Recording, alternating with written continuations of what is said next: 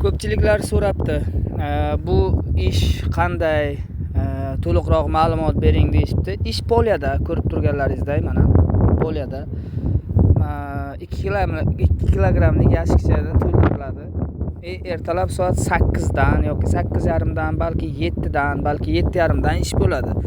Bo'larkan, havo yaxshi, normalniy ishlashyapti. Ukrainlar, belaruslar bor, o'zbeklar bor. Keyin soat 5:30 gacha, может 3:30 gacha, может har xil vaziyat, lekin bir kunda to'g'risi 300-350 zlot, 250 zlotdan yuqori ishlasangiz ham bo'ladi. 250 zlotlar ishlanadi, bir kunda ishlayapti ekan. Kimga qiziq bo'lsa, bemalol murojaat qilinglar, to'liq ma'lumot olish uchun. Kelganinglardan avans olib beraman.